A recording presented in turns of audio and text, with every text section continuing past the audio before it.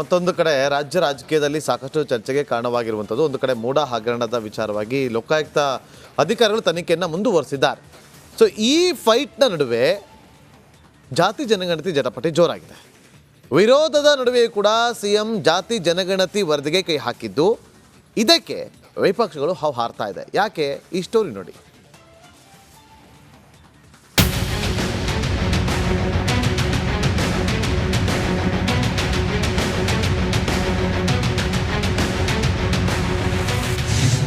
ಜೋರಾಯಿತು ಜಾತಿ ಗಣತಿ ಜಟಾಪಟಿ. ಜಾತಿ ಗಣತಿ ಜಾರಿಗೆ ಬಿಕೆಎಚ್ ಪಟ್ಟು. ರಾಜ್ಯ ರಾಜಕೀಯದಲ್ಲಿ ಮೂಡ ಹಗರಣ ದಗದಗಿಸುತ್ತಿರುವ ಹೊತ್ತಲ್ಲೇ ಜಾತಿ ಗಣತಿ ವಿಚಾರದ ಬಗ್ಗೆ ಹಗ್ಗ ಜಗ್ಗಾಟ ಶುರುವಾಗಿದೆ. ಜಾತಿ ಗಣತಿ ಜಾರಿ ಮಾಡುವ ವಿಚಾರವಾಗಿ ಸಿಎಂ ಸಿದ್ದರಾಮಯ್ಯ ಗಮನ ಹರಿಸುತ್ತಿದ್ದಂತೆ ವಿಪಕ್ಷಗಳು ಹೌಹಾರಿವೆ.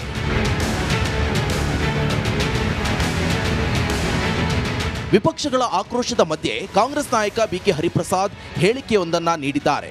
ಜಾತಿ ಜನಗಣತಿ ಜಾರಿಯಿಂದ ಸರ್ಕಾರ ಹೋಗುತ್ತೆ ಅಂದ್ರೆ ಹೋಗ್ಲಿ, ಜಾತಿ ಜನಗಣತಿ ಕಾಂಗ್ರೆಸ್ ಪಕ್ಷದ ಪ್ರಣಾಳಿಕೆಯಲ್ಲಿದೆ.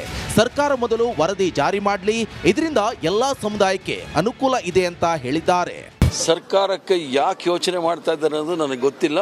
ಜಾತಿ ಗಣತಿನ ಮತ್ತು ಏನು ಜಾತಿ ಗಣತಿ ವರದಿ ಇದೆ ಅದನ್ನು ತತ್ಕ್ಷಣವೇ ಜಾರಿಗೆ ತರಬೇಕು. ಅದರಿಂದ ಏನಾಗುತ್ತೆ ಅನ್ನೋದು ಮುಂದೆ ನೋಡೋಣ. ಪ್ರಬಲ ಸಮುದಾಯಗಳು ವಿರೋಧ ಕಟ್ಕೊಳ್ಬೇಕು ವಿರೋಧ ಪ್ರಶ್ನೆ ಅಲ್ಲ. ಜಾತಿ ಗಣತಿಯಿಂದ ಎಲ್ಲರಿಗೂ ಸಹ ಒಳ್ಳೇದಾಗುತ್ತೆ, ಅವ್ರಿಗೂ ಸೇರಿ ಒಳ್ಳೇದಾಗುತ್ತೆ. ಸರ್ವತೋಮುಖ ಅಭಿವೃದ್ಧಿಗಾಗಿ ಜಾತಿ ಗಣತಿ ಬೇಕಾಗಿರೋದ್ರಿಂದ ಅದರಿಂದ ಸರ್ಕಾರ ಹೋಗುತ್ತೆ ಅಂದ್ರೆ ಹೋಗ್ಲಿ, ಭಯ ಯಾಕೆ ಬೀಳಬೇಕಾಗಿದೆ. ಹರಿಪ್ರಸಾದ್ ಮಹತ್ವದ ಹೇಳಿಕೆ ಬೆನ್ನಲ್ಲೇ ಹಿಂದುಳಿದ ನಾಯಕರು ಆಕ್ಟಿವ್ ಆಗಿದ್ದಾರೆ. ಇಂದು ಸಿಎಂ ಸಿದ್ದರಾಮಯ್ಯ ಮೇಲೆ ಒತ್ತಡ ತರಲು ನಿರ್ಧರಿಸಿದ್ದಾರೆ. ಜಾತಿ ಗಣತಿ ವರದಿ ಜಾರಿಗೆ ತರುವಂತ ಒಬಿಸಿ ನಾಯಕರ ನಿಯೋಗ ಇಂದು ಸಿದ್ದರಾಮಯ್ಯ ಅವರನ್ನ ಭೇಟಿ ಮಾಡಲಿದೆ. ಮಹತ್ವ ಪಡೆದ ಸಿಎಂ ಹಿಂದುಳಿದ ನಿಯೋಗ ಭೇಟಿ. ಇಂದಿನ ನಿಯೋಗದಲ್ಲಿ ಬಿಕೆ ಹರಿಪ್ರಸಾದ್ ಕೂಡ ಭಾಗಿ ಸಾಧ್ಯತೆ ಇದೆ. ಹರಿಪ್ರಸಾದ್ ಅವರಿಗೂ ಕೂಡ ಆಹ್ವಾನ ನೀಡಲಾಗಿದ್ದು, ಹೀಗಾಗಿ ಮಹತ್ವವನ್ನ ಪಡೆದಿದೆ. ಸಚಿವರಾದ ಸಂತೋಷ್ ಲಾಡ್, ಭೈರತಿ ಸುರೇಶ್ ನೇತೃತ್ವದಲ್ಲಿ ಸಿಎಂ ಭೇಟಿ ಮಾಡಿ ವರದಿ ಜಾರಿಗೆ ಮನವಿ ಮಾಡಲಿದ್ದಾರೆ.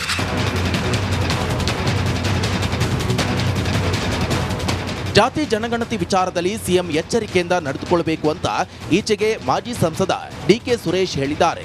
ಇಂತಹ ಇಕ್ಕಟ್ಟಿನ ಸ್ಥಿತಿಯಲ್ಲಿ ಸಿದ್ದರಾಮಯ್ಯ ಜಾತಿ ಜನಗಣತಿಯ ಜೇನುಗೂಡಿಗೆ ಕೈ ಹಾಕ್ತಾರಾ ಅಥವಾ ಹಾಗೆ ಸುಮ್ಮನಿರ್ತಾರಾ ಅನ್ನೋದು ಕುತೂಹಲ ಮೂಡಿಸಿದೆ. Bureau report, republic Kannada.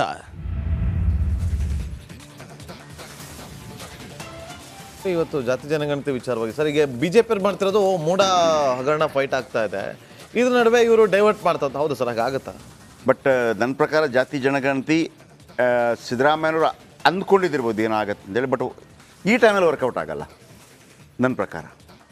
ಈ ಟೈಮಲ್ಲಿ ಇದು ಅಲ್ಲಿಗೆ ಹೋಗುವಂಥ ಇದರಲ್ಲಿಲ್ಲ, ಮೂಡಲ್ಲಿಲ್ಲ. ಯಾವುದು ರಾಜ್ಯ ಜಾತಿ ಜನಗಣತಿ ಏನು ಮೂಡಲ್ಲಿಲ್ಲ. ಇದು ನೋಡಿ, ನನಗೆ ಗೊತ್ತಿಲ್ಲ, ನನ್ನ ಒಂದು ಇಷ್ಟು ವರ್ಷಗಳ ಎಕ್ಸ್ಪೀರಿಯನ್ಸಲ್ಲಿ ಹೇಳ್ತಿರೋದು, ತಪ್ಪು ಆಗಿರ್ಬೋದು. ಬಹುಶಃ ಇದನ್ನು ಈ ಸದ್ಯಕ್ಕೆ ಮುಟ್ಟಕ್ಕೆ ಹೋಗಲ್ಲ. ಇದರ ಬದಲಾಗಿ ಇನ್ನೊಂದಿದೆ, ನೀವು ನೆನಪಿಟ್ಕೊಳ್ಳಿ. ನಾನೇನು ತಪ್ಪು ಮಾಡಿದ್ದೀನಿ ಅಂತೇಳಿ ಇಡೀ ರಾಜ್ಯಾದ್ಯಂತ ಸಿದ್ದರಾಮಯ್ಯ ಸಮಾವೇಶ ಮಾಡ್ತಾರೆ. ರಾಯಚೂರಲ್ಲಿ ರಾಜ್ಯಾದ್ಯಂತ ಮಾಡ್ತಾರೆ. ಅವ್ರಿಗೊಂದು ಸಂದೇಶ ಹೋಗಿದೆಯಂತೆ ರಾಹುಲ್ ಗಾಂಧಿಯಿಂದ. ಸಮಾವೇಶ ಮಾಡಿ, ಎಲ್ಲ ಕಡೆ ಹೋಗಿ ಸಮಾವೇಶ ಮಾಡಿ, ನಾನೇನು ತಪ್ಪು ಮಾಡಿದ್ದೀನಿ, ನನ್ನ ಹೆಂಡತಿಯನ್ನು ಯಾಕೆ ಬೀದಿಗೆ ತಂದ್ರಿ ಅಂತ ಕೇಳಿ ಪ್ರಶ್ನೆ. ಸೊ ನೀವು ದಸರಾದಲ್ಲ ಎಲ್ಲಿ ಮಾತಾಡಿದ್ರು? ಅಲ್ಲ, ಜಿ ಡಿ ದೇವೇಗೌಡರಲ್ಲ, ಇನ್ನೊಂದು ನಿನ್ನೆ ಮೊನ್ನೆ ರಾಯಚೂರಲ್ಲಿ ಮಾತಾಡಿದ್ರು. ಓಕೆ, ರಾಜಕೀಯಕ್ಕೆ ನಾನು ಕ್ಷೀರಭಾಗ್ಯ ಮಾಡಿತ್ತಪ್ಪ, 5 ಗ್ಯಾರಂಟಿ ಕೊಟ್ಟಿತ್ತಪ್ಪ, ವಿದ್ಯಾಸಿರಿ ಮಾಡಿತ್ತಪ್ಪ. ಬಹುಶಃ ಸಿದ್ದರಾಮಯ್ಯ ಅದನ್ನು ಮುಂದುವರ್ಸ್ಕೊಂಡು ಹೋಗ್ತಾರೆ. ಜನಗಳಿಗೆ ನಾನೇನು ತಪ್ಪು ಮಾಡಿದ್ದೀನಿ ಅಂತ ಹೇಳ್ರಪ್ಪ ಅಂತೇಳಿ, ನಾನು ಮಾಡಿಲ್ಲ ತಪ್ಪು ಅಂತ. ನಿಮಗೆ ಜನತಾ ನ್ಯಾಯಾಲಯಕ್ಕಿಂತ ದೊಡ್ಡದು ಯಾವುದೂ ಇಲ್ಲ. ನಿಮಗೆ ಸಿದ್ದರಾಮಯ್ಯನವ್ರು ಏನಾಯ್ತು ಗೊತ್ತಾ, 2006ರಲ್ಲಿ ಆಗಲೇ ಕತೆ ಹೇಳ್ತೀನಲ್ಲ, ಇದೇನಾ ಸರ್? ಏನು ಸ್ಟಾರ್ಟಿಂಗ್ ಹೇಳಿದ್ರಲ್ಲ, ಸಿ ಎಮ್ದೊಂದು ಕತೆ ಹೇಳ್ತೀನಿ ಅಂತ.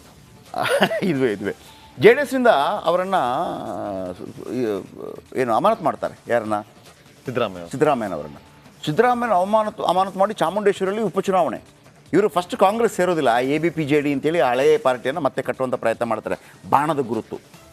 ಆಗ ಒಂದು ಐಡಿಯಾ ಬಂದ್ಬಿಡುತ್ತೆ, ಅಹಿಂದ ಅಂತ ಫಸ್ಟ್ ಟೈಮ್ ಮಾಡ್ತಾರೆ ಅವರು. ಅಹಿಂದ ಅಲ್ಪಸಂಖ್ಯಾತ ಹಿಂದುಳಿದ ದಲಿತ ಏನು ದೊಡ್ಡ ಜನಗಳು ಅಲ್ಲಿ ತನಕ ಅವ್ರು ಲೀಡ್ರೇ ಆಗಿರಲಿಲ್ಲ ಸತ್ಯ ಅಂದರೆ ಒಬ್ಬ ವ್ಯಕ್ತಿಯಾಗಿ ಭಾಳ ನಿಮಗೆ ಲೀಡ್ರ್ ಆಗಬೇಕು ಅಂತಂದರೆ ಹೆಂಗೆ ಅಂತಂದರೆ ಒಂದು ಭಾಳ ಅದ್ಭುತ ಇದೆ. ಲೀಡ್ರ್ ಆಗಬೇಕು ಅಂತಂದರೆ ನೀವು ಒಂದು ಕ್ಷಣ ಸಾಕಾಗತ್ತೆ. 99 ತನಕ ನೀವು ಸೆಂಚುರಿ ಆಗಿರೋದಿಲ್ಲ. ಆ ಒಂದು ನಂಬರ್ ಮುಖ್ಯಮಂತ್ರಿ ಆದಾಗಲೋ ಮತ್ತೊಂದು ಆದಾಗಲೋ ಆದಂಗೆ. ಈಗ ಡಿ ಕೆ ಶಿವಕುಮಾರ್ ಅವರು ದೊಡ್ಡ ನಾಯಕ, ಆದರೆ ಜನ ಅವರ ಹಿಂದೆ ಈಗ ಯಡಿಯೂರಪ್ಪ ಇದ್ದಾರೆ, ಕುಮಾರಸ್ವಾಮಿ ಇದ್ದಾರೆ, ಯಡಿಯೂರಪ್ಪ ಇದ್ದಾರೆ, ದೇವೇಗೌಡರು ಇದ್ದಾರೆ, ಸಿದ್ದರಾಮಯ್ಯ ಇದ್ದಾರೆ. ಇವರೆಲ್ಲ ಲೆಜೆಂಡ್ ಥರ ಯಾಕೆ ಆಗ್ತಾರೆ ಅಂತಂದರೆ ಅವರ ಹಿಂದೆ ಆ ಥರ ಜನ ಇರುತ್ತೆ. ನೋಡಿ, ಇವರು ಆಗೇನು ಮಾಡಿದರು, ಊರೂರು ಸುತ್ತಿದ್ರು, ಅಹಿಂದ ಮಾಡಿದರು, ಜನ ಬರೋಕ್ಕೆ ಶುರು ಮಾಡಿದ್ರು. ಆಮೇಲೆ ಕಾಂಗ್ರೆಸ್ ಜಾಯ್ನ್ ಆದರು. ಕಾಂಗ್ರೆಸ್ ಜಾಯ್ನ್ ಆದ ನಂತರ ಕೂಡ ಅಹಿಂದ ಸಮಾವೇಶದ ಮಾಡೋಕೆ ಹೋಗ್ತಾರೆ ಅವರು. ಯಾರು? ಸಿದ್ದರಾಮಯ್ಯ. ಆಗ ಅದೇ ಮಲ್ಲಿಕಾರ್ಜುನ ಖರ್ಗೆ ಅವ್ರು ಹಿಂಗೆ ಮಾಡೋಂಗಿಲ್ಲ ಅಂತ ಹೇಳ್ತಾರೆ.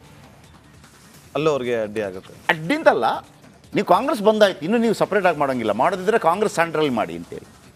ಮಾಡಿ, ಬಟ್ ಕಾಂಗ್ರೆಸ್ ಸೆಂಟ್ರಲ್ ಮಾಡಬೇಕು, ನಿಮಗೆ ಸ್ಪೆಷಲ್ ಮಾಡೋಂಗಿಲ್ಲ ಅಂತೇಳಿ. ಸಿದ್ದರಾಮಯ್ಯನವ್ರಿಗೆ ಈಗ ರಾಹುಲ್ ಗಾಂಧಿ ಅವರು ಡೈರೆಕ್ಟ್ ಹೇಳಿರೋ ಕಾರಣಕ್ಕಾಗಿ you believe it or not, ಇದು ಹಿಂದಕ್ಕೆ ಸರಿಯುತ್ತೆ ನನ್ನ ಪ್ರಕಾರ. ಯಾವುದು? ಜಾತಿ ಗಣತಿ. ಅಂದರೆ ಅದು ಒಳ್ಳೆ ವೆಪನೇ. ಬಟ್ ಈಗ ಸಮಾವೇಶಗಳು ಮುನ್ನೆಲೆ ಈಗ ವೆಪನ್ ಚೆನ್ನಾಗಿಲ್ಲ, ಈಗ ಅದು ಚರ್ಚೆಗೆ ಬರಲ್ಲ. ಏನು ಅಂತ, ಯಾಕಂದರೆ ಅದು ಬೇರೆ ಚರ್ಚೆ.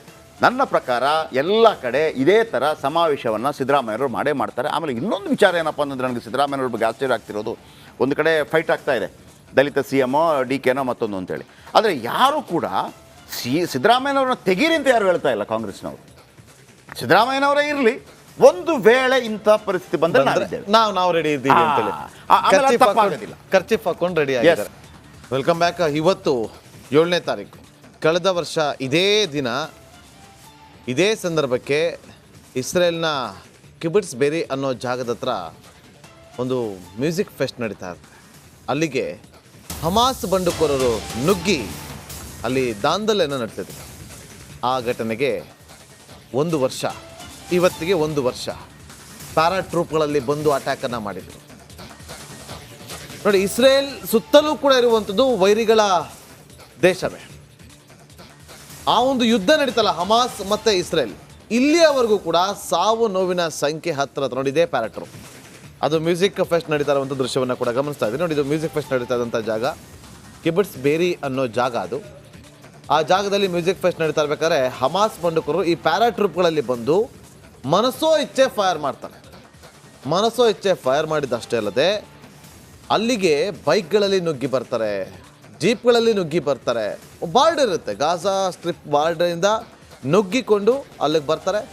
ಬಂದಂಥವ್ರು ಫೈರ್ ಮಾಡಿದ್ದಷ್ಟೇ ಅಲ್ಲ, ಬಂದಂಥವ್ರಿಗೆ ಒಂದು ಆಫರ್ ಇರುತ್ತೆ.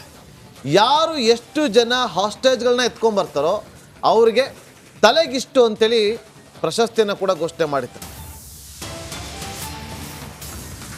ಇನ್ನು ಹೆಜ್ಬುಲ್ಲಾ ಉಗ್ರರ ಮೇಲೆ ಇಸ್ರೇಲ್ ಡೆಡ್ಲಿ ಅಟ್ಯಾಕನ್ನು ಮಾಡ್ತಾ ಇದೆ. ಬೈರೂತ್ನಲ್ಲಿ ಇಸ್ರೇಲಿಂದ ಏರ್ ಸ್ಟ್ರೈಕ್ ನಡೆದಿದೆ. ಹೆಜ್ಬುಲ್ಲಾ ಮುಖ್ಯಸ್ಥ ನಸ್ರಲ್ಲಾ ಆತನ ಮೇಲೆ ದಾಳಿ ಮಾಡಿದ ವಿಚಾರವಾಗಿ ಪ್ರತೀಕಾರವಾಗಿ ಹೆಜ್ಬುಲ್ಲಾ, ಲೆಬನಾನ್ ಮೂಲದ ಹೆಜ್ಬುಲ್ಲಾ ದಾಳಿನ ಮಾಡುತ್ತೆ. ಇದಕ್ಕೆ ಪ್ರತೀಕಾರವಾಗಿ ನೋಡಿ, 300ಕ್ಕೂ ಹೆಚ್ಚು ಸೂಪರ್ಸೋನಿಕ್ ಮಿಸೈಲ್ಗಳನ್ನು ದಾಳಿ ಮಾಡುತ್ತೆ ಇಸ್ರೇಲ್ ಮೇಲೆ, ಟೆಲ್ ಅವೀವ್, ಜೆರೂಸಲಂ, ಸೆಡ್ರಾಡನ ಜಾಗಗಳ ಮೇಲೆ. ಅದಕ್ಕೆ ಪ್ರತೀಕಾರವಾಗಿ ಇಸ್ರೇಲ್ ಈಗ ತೀರಿಸ್ಕೊಳ್ತಾ ಇರುವಂಥ ದೃಶ್ಯವನ್ನು ಗಮನಿಸ್ತಾ ಇದ್ದೀರಿ. ಇದು